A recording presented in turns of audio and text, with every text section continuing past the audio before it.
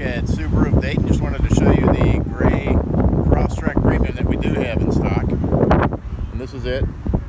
The one that you had originally written about was sold a day or two ago. But this is identical to it with just a couple of extra options. What this one has that the other one did not is the blind spot detection with rear cross traffic alert. And you can see this little panel right here on both mirrors outside. That's what gives you the blind spot detection. And then it also has the power moonroof.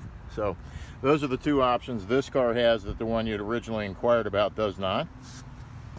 Other than that, same car with that same beautiful gray metallic flake paint.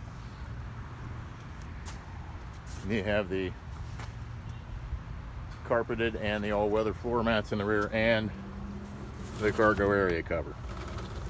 So it's essentially the same car you saw online, a little bit more to it, and we'll see you this afternoon when you come up to drive it. Thanks, Cheryl.